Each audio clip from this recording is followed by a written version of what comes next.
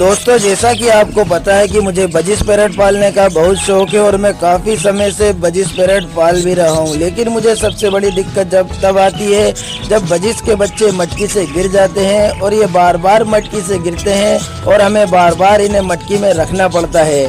अगर ऐसा नहीं किया तो हमारे बड़े बर्ड जो हैं वो हमारे बच्चों को मार देंगे। आपको अगली वीडियो किस टॉपिक पर चाहिए हमें कमेंट करके ज़रूर बताएं, और वीडियो अच्छी लगी हो या नहीं लगी हो फिर भी वीडियो को लाइक और चैनल को सब्सक्राइब ज़रूर कर दें। Thank you for watching this video and subscribe my channel.